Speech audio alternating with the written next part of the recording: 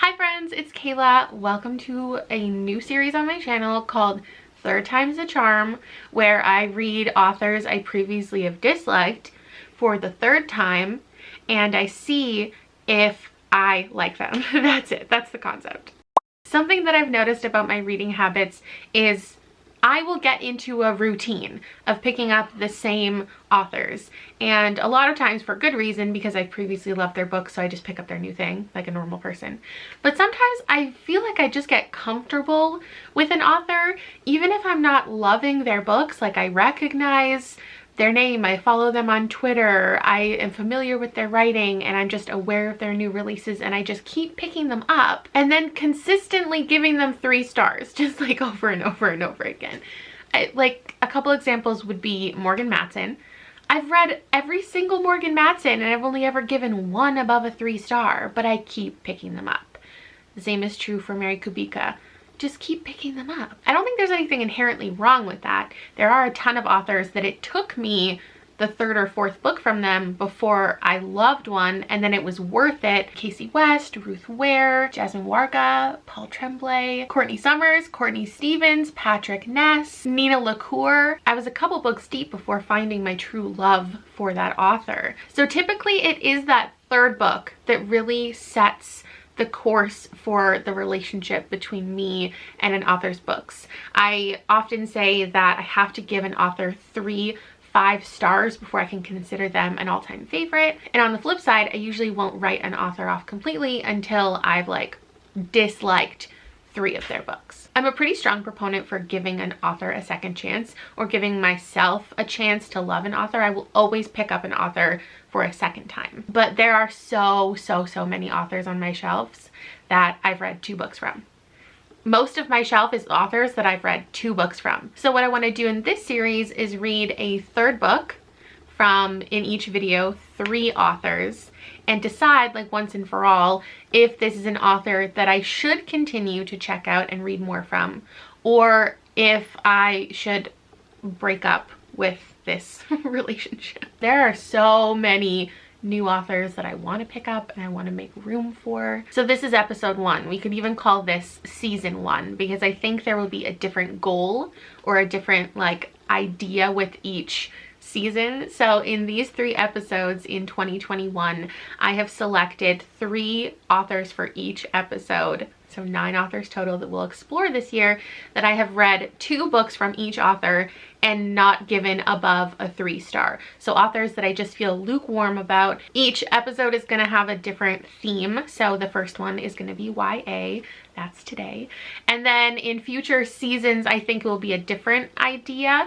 I might pick authors that I've loved a book from and hated a book from, and that 3rd time's the charm will be like, which one of these was the fluke, and should I continue to read from that author or not? But for now, it's authors that I've just been okay with. My first author is Robin Talley.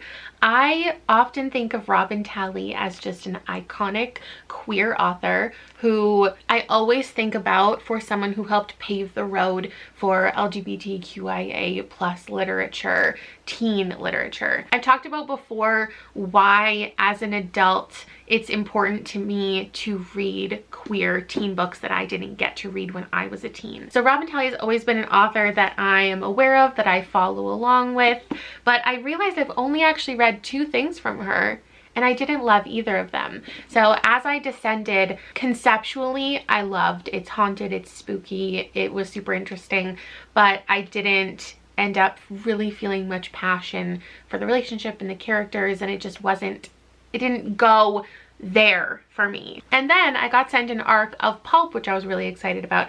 A different kind of experience, more realistic fiction, a little bit historical, and I just didn't love much about it at all. So for each of these authors, I've selected 2 books that I have to choose between. For Robin Talley, I grabbed Lies We Tell Ourselves and her brand new release, The Love Curse of Melody McIntyre. I'm leaning towards this one because it seems quite different from these 2, and I'm just generally excited to read a pure romance situation. But if it doesn't go well, I have a backup. The next author I have is Louise O'Neill. So I've read The Surface Breaks, which is a Little Mermaid retelling. Sometimes when I pick up books from authors, like it's just something that's been recommended or something that seemed interesting, even if it's not completely in my wheelhouse. When I picked this up, I don't think I'd ever really read a mermaid story before. And then also with Robin Talley, going back to that, it's like historical fiction isn't something that I pick up a ton anyway. So part of my exploration with trying these authors for the third time is like, maybe I was just picking up the wrong books to begin with and it's on me. So I read this, and then I read, I forget what the other one is called, but both of these, I didn't like the story itself, but I liked what Louise O'Neill had to say. There are some really interesting themes in her books, and they're really jarring at times, and I appreciate that a lot, but there was just nothing that gave it above a 3-star for me for either of these books. So I've been recommended a ton, asking for it, so I thought I would pick this one up. But then, super randomly, a couple months ago, I got recommended directly, like in a video, a personalized recommendation from another booktuber, After the Silence. Hi guys, it's Aoife from Words of Clover, and I'm here with the 3rd edition of my book match series. This is basically a video where I match up a booktuber with a book that I think they will really enjoy. So the first booktuber in this video that I want to recommend a book is actually someone who I'm really scared to recommend a book to, because she will either hate this book or love this book, and that is Kayla, who is obviously a very big booktuber. And the book I want to recommend to Kayla is After the Silence by Louise O'Neill. This is Louise O'Neill's kind of first foray into like the thriller / mystery. So I don't actually know what this even is. I had to order it from Book Depository because it's not available in Canada, and it's way bigger than I expected. So this is feeling a little intimidating, but I feel like I have to take the recommendation. And then the last author that I have is Brandy Colbert. So Brandy Colbert is an author that I continue to pick up her books. I have some of her older titles on my TBR shelf. I'm always aware of her like cover reveals and what she's participating in. I think I've read some short stories from her, but the 2 books that I have read from her, Finding Yvonne and Little and Lion, I just didn't enjoy. I ended up donating them to, I think it was when I sent a bunch of books to a library in Jamaica. So I don't have them to hold up for you, but I felt strongly about passing them along, especially because they have such high ratings from so many booktubers. I'm pretty sure both of those books have shown up on multiple people's favorites of the year's list, and I think I gave them both 3 stars. Maybe one was like a 3.5. I probably rounded to a 4 on Goodreads. So I'm excited to pick up something else, and I grabbed these 2. The library had The Voting Booth, which I think is a romance. I do think that there were romantic elements in the 2 books that I picked up, but that wasn't the central theme or focus, so I grabbed this. But I feel more strongly about picking up one of her middle grades. I think that could be the answer. This is called The Only Black Girls in Town, and I'm pretty sure I saw Ashley from Bookish Realm really enjoy this, but we'll see how it goes. I'm super excited to bring you along with me, and yeah, let's begin. Okay, it's the start of the work week. Sorry, I'm a little flushed. I was just finally finishing reorganizing my bookshelf. I am done. I did it. I'm finished. If you were here for when I was doing like that live show, and I probably talked about it in a couple other videos, but I just needed to get my bookshelf in order, and I finally did. So it's back to being organized by genre. So like speculative, thriller, contemporary, and then there's some sprinkled things everywhere, like a section of classics and nonfiction and whatever else. But I am working from home all week because it's spring break, and I thought today I would pick out a book that's also available as an audiobook, because I can listen to it easily while I work from home, which is exciting. So we're gonna start out with The Love Curse of Melody McIntyre by Robin Talley. I will read you part of the summary. I'm going to summarize the summary. We're following Melody McIntyre, who is a stage manager in high school. That's like what she's known for. And she is finding it hard to have success with her love life. Every time she falls in love with someone during rehearsals, both the romance and the show end in catastrophe. So her like cast and crew think that she is putting a curse, like there's a curse related to her and her relationships every time they go to put on a production, which is a pretty common thing like in theater. And in here the book opens, I read just a little bit of the beginning, where there's like this whole document where they put all of these different rules that they have to follow, different superstitions. And it was fun because the book kicked off talking about Shakespeare, which I wasn't really expecting, because the synopsis says that there's an upcoming production of Les Mis, and that's what the book is going to be focused on. So I guess this is Melody because she's carrying a sheet of paper, and then this is a girl named Odelay. Her middle name is Rose and she has red hair.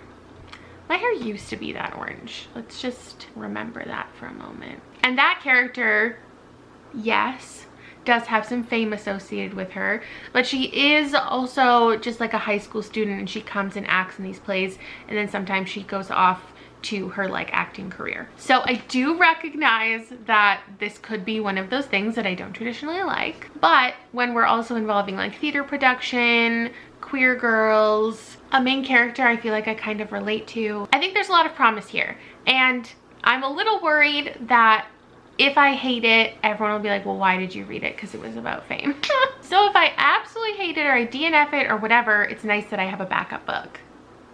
But basically what she has to agree to with her cast and crew is that she won't like pursue any romantic relationships while the production is going on. But obviously she's going to unexpectedly fall for this girl, and they're probably gonna have to keep it a secret, and it's gonna be really fun. I'm pretty sure the audiobook said it was like 12 hours long, so I'm gonna get going on it and I'll update you probably at the end of the day. Hi, me again. I might look weird now. Well, I might look weird tomorrow too, but hopefully tomorrow the what's this called? Bath robe tie. He doesn't know. Bathrobe belt? Belt? Lasso. Okay. Hopefully it makes me have curls. Here's my life update. I'm halfway through, which is pretty good. Here's what I've learned. That's Melody. Melody? Melanie. Her name's on the book. And that's O'Neill, which like makes sense with how the characters are described. But it's not really how I pictured like a famous Hollywood actress, you know? What else did I learn? I learned how to pronounce her name. I also learned that it looks like this under the dust jacket, and it's beautiful and it brings me joy. So sorry. Rob is studying very hard. How come you're just cleaning up now? You're done? Yeah. Oh shit. Working from home and doing school from home this week is, it's happening. Strange. I think the book is okay so far.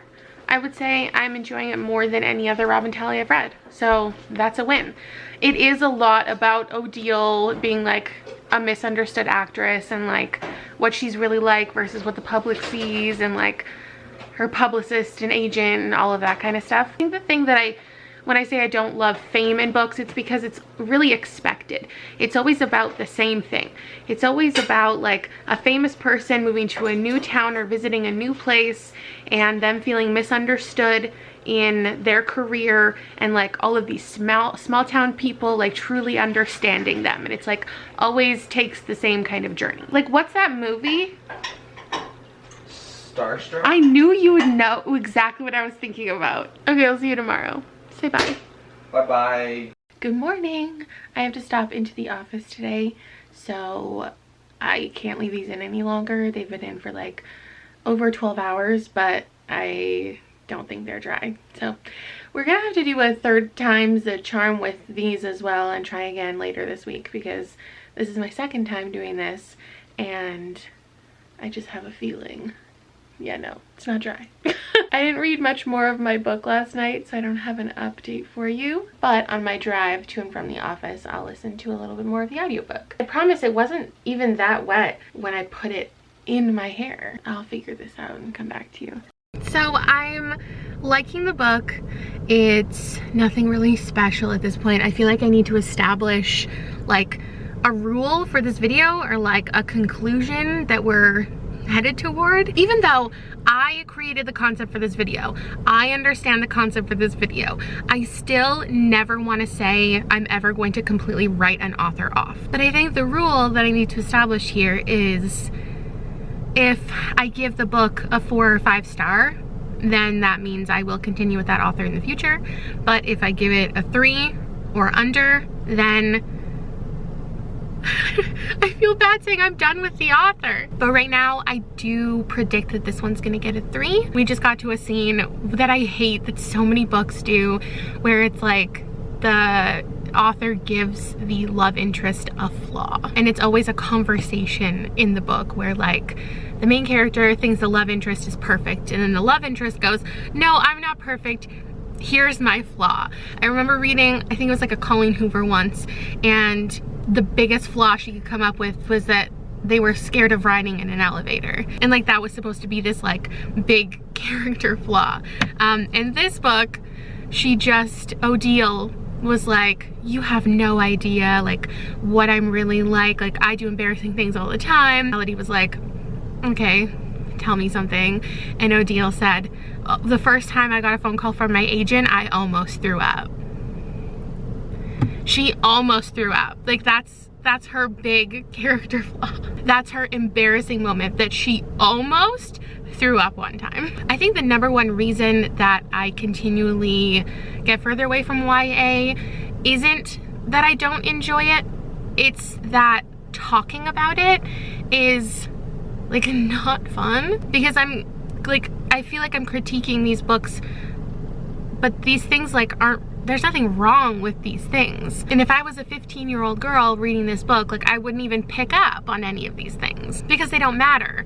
But I just feel like bringing them up in context because they're funny little quirks that take me out of the book. Anyway, I'm just stopping at the library to pick up a couple things, and then I just got a notification that I have a book coming today from Indigo and that it's on its way to my mailbox. And I think that it's the new Anna Marie McLemore, which I'm very excited about. So we'll see if that's a thing. So I'm gonna continue on. I will say, as much as I love the Libby interface, the amount of errors is not cool.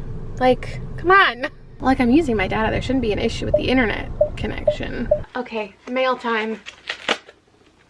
Why? Day 2, mail time.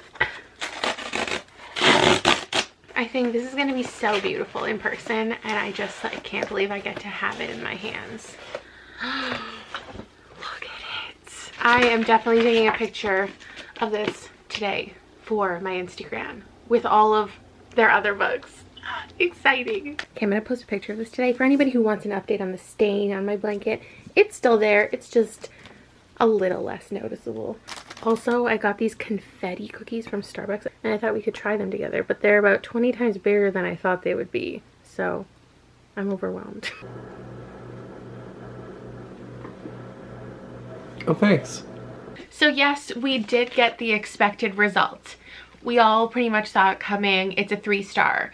Most YA contemporaries are. I fully acknowledge that I give out more 2 and 3 stars to this age range and genre than 4s and 5s. With that said, there are absolutely still YA authors who get high ratings from me, and I much anticipate it's a thing. But this one was just not it. I have felt the same about all of Robin Talley's books.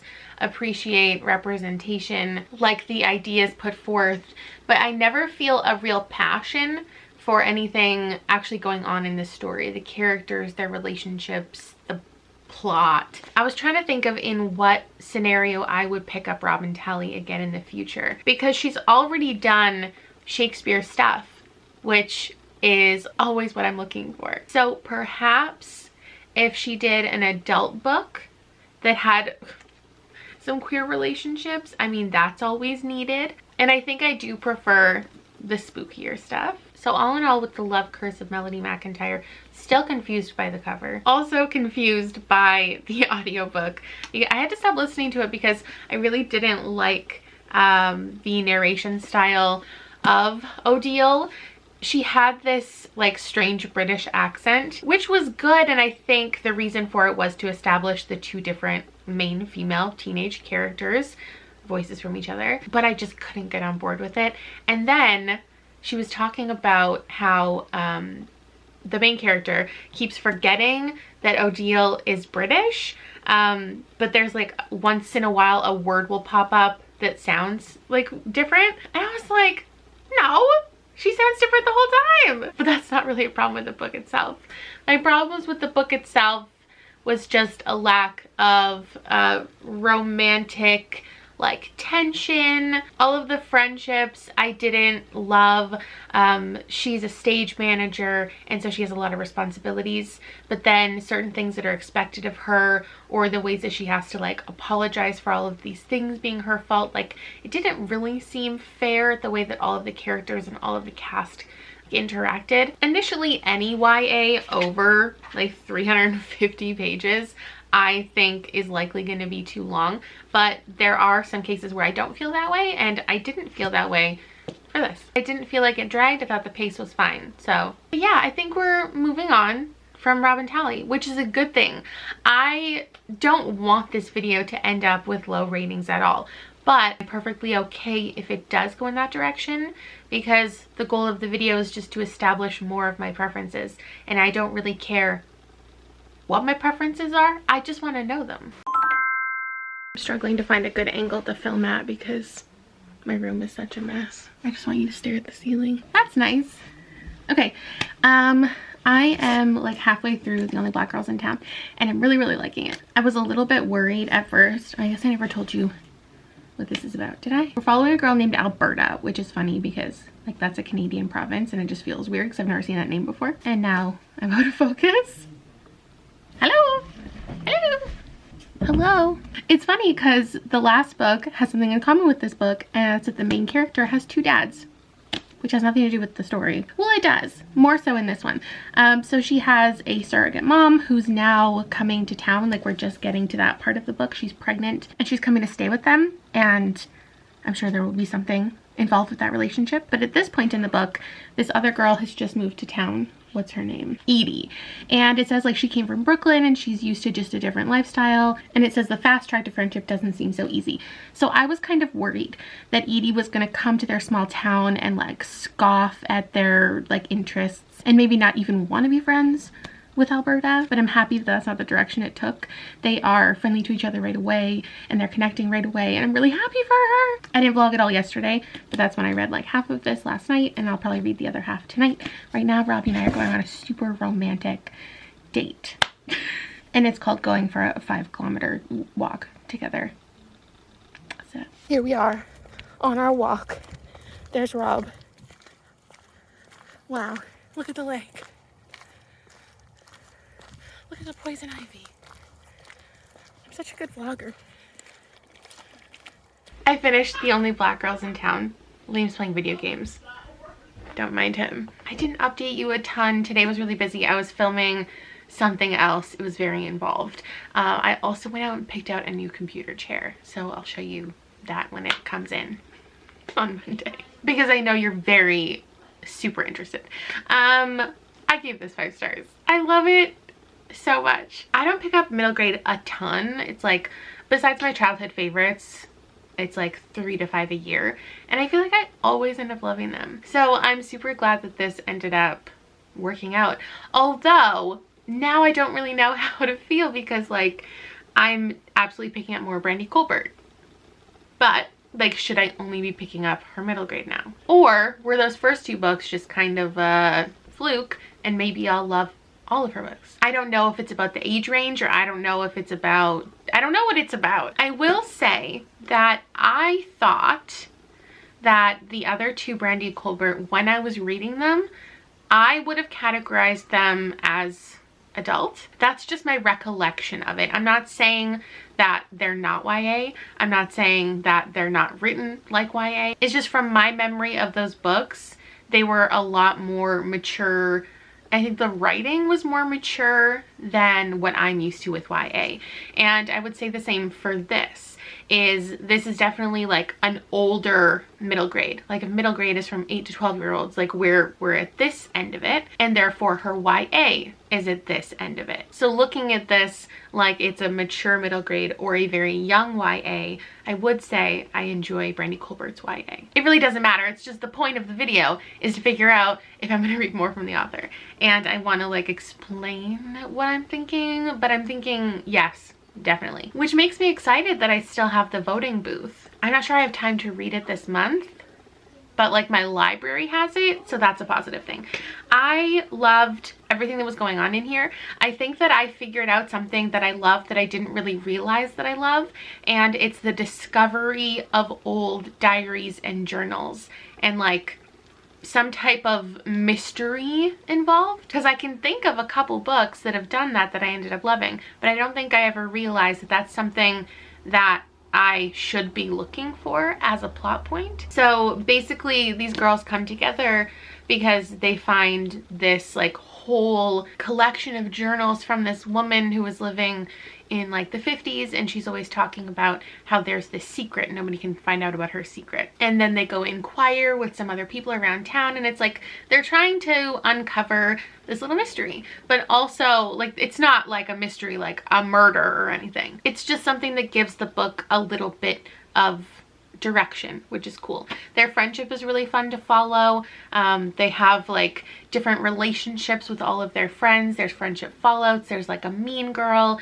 It talks about microaggression. It talks about colorism, and I really love the language that was used in those conversations and the ways that characters like stood up for each other and explained how they felt about certain things. There was this scene where a teacher thought that they were the same girl, which is an experience I know is common and infuriating. I really loved the conversations around surrogacy and the relationship that she has with all of the people in her life who parent her or birthed her. And I think the girls got like a good amount of page time, and then the other like diary story got its own voice and everything. And it was just a really strong book overall. Like one of my top middle grades I've ever read. 5 stars. So happy about it. Can you explain to everyone what's going on?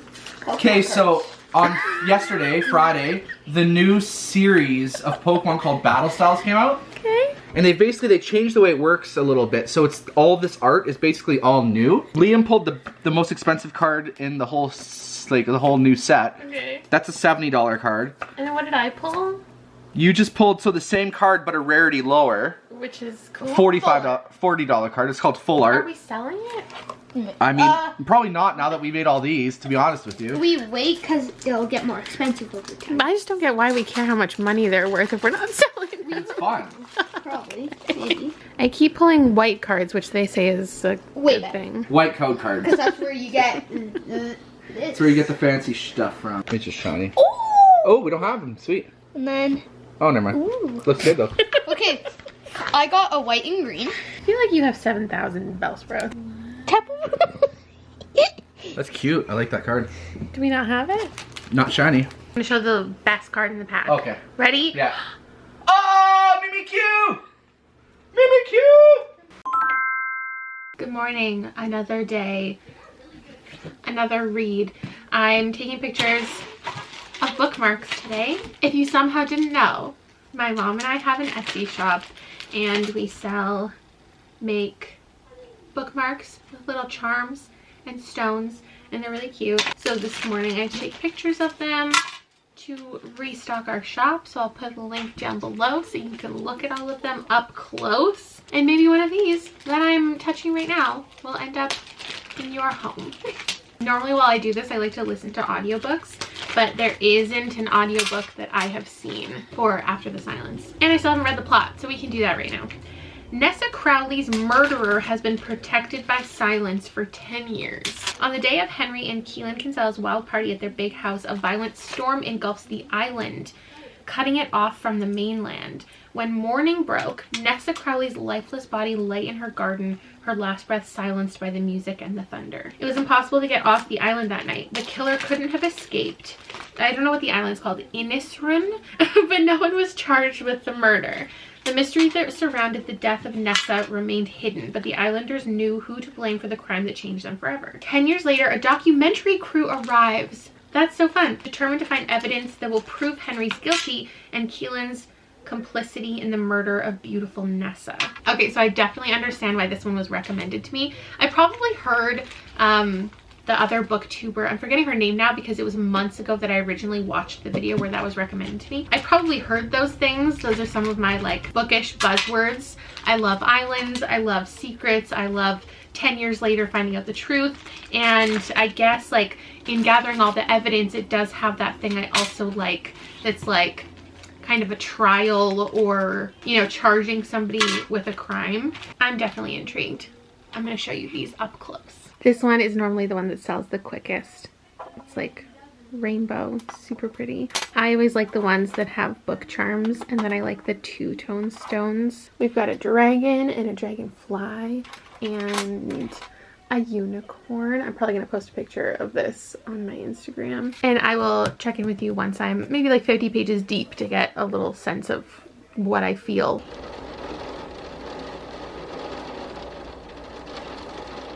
What's happening out there?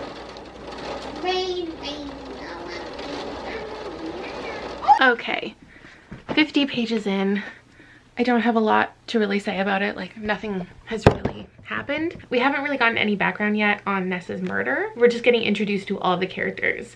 I have a character map going. There's a couple different like marriages, and everybody has a couple of siblings, and there are different like parent relationships, and I'm trying to keep it all straight. I wonder if the book is going to lead us to think a certain person is responsible, like mislead us. I'm gonna take a bath.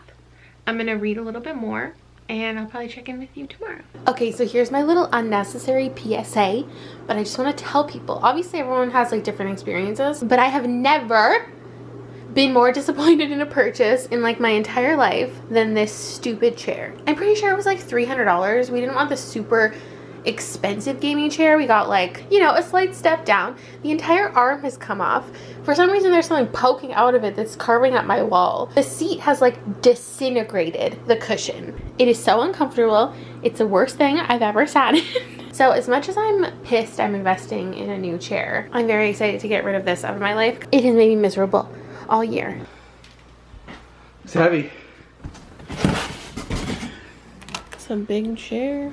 Okay, how I thought this was gonna make for exciting vlog footage, I have no idea. But this is the new executive chair. I got it from the Brick. I don't know what it's called. I'll try to link it down below. It's very comfortable. I'm very happy.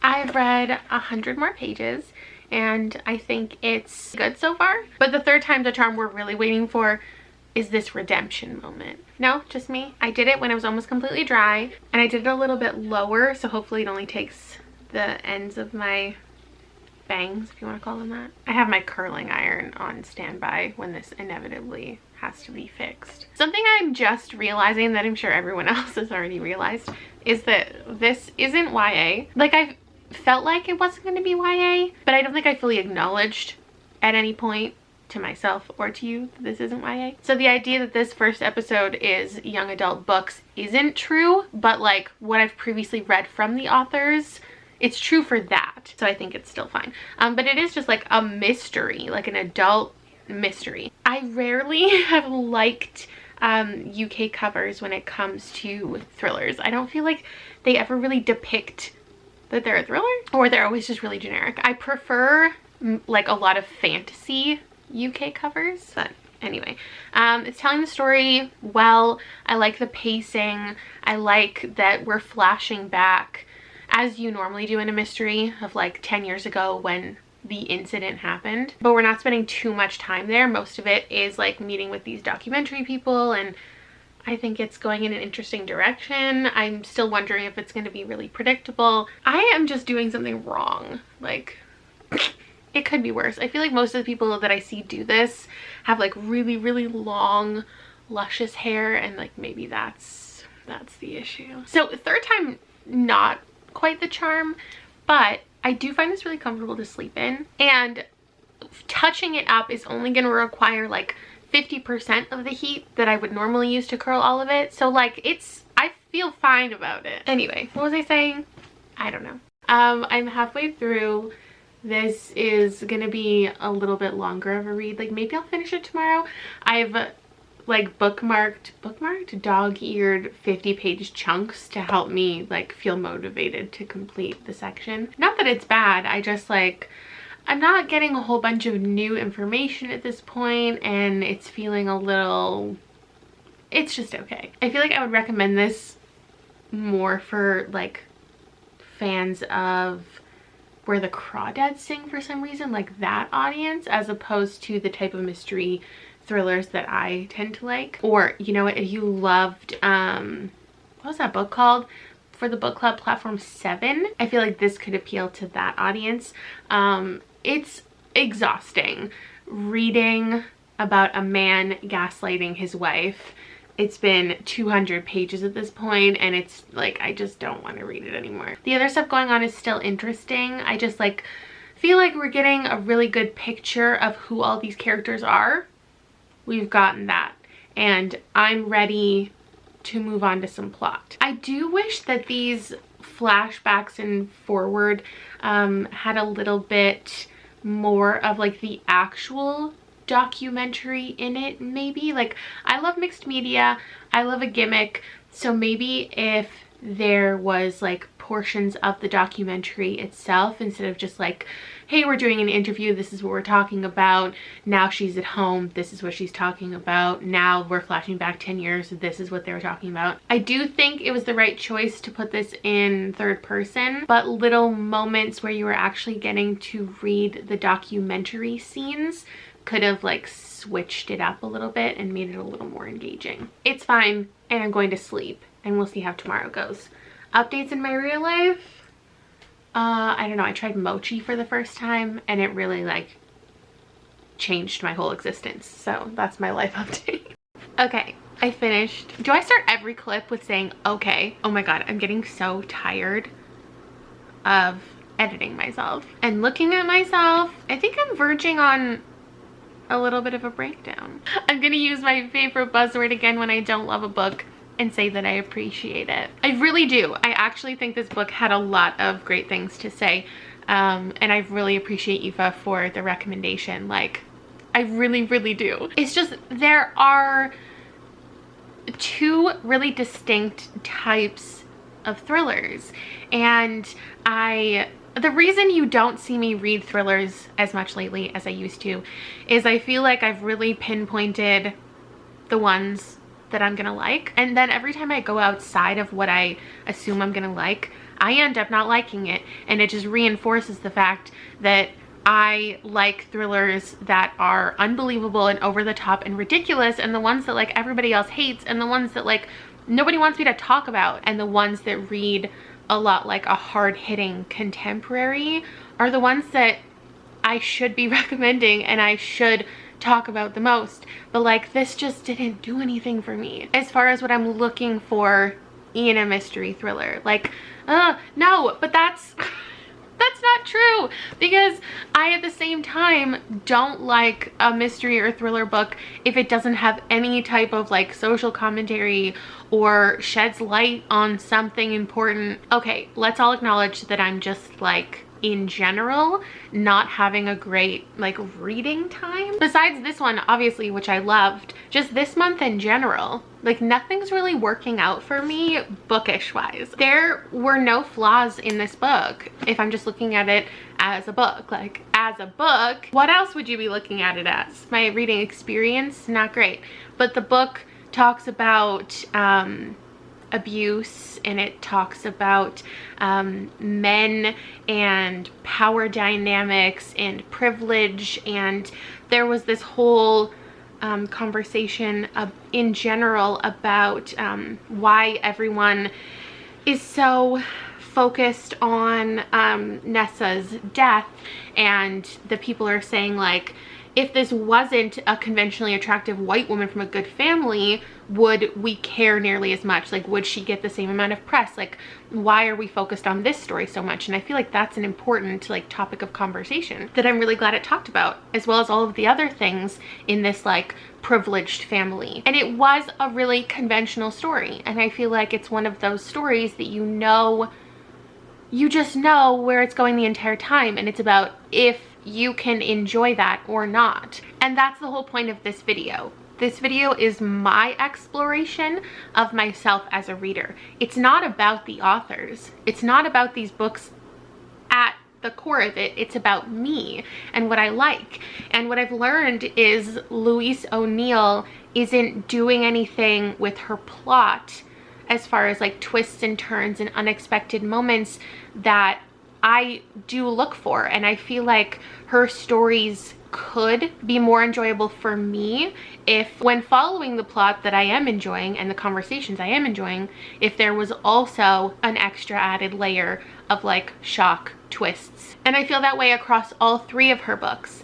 I mean, one of them is a retelling, and therefore you know the entire story front to back already. And I feel like her books are all successful in that way because the way that the story is being told and the conversations that she brings up, there is only one way that the story could end if the book's going to accomplish what it's clearly set out to say. I can still recognize and acknowledge all of the things that are great about it, but my reading experience is not great because I want something else. So the final conclusion is I don't think I'll pick up any more Louise O'Neill, and I'm happy to know that.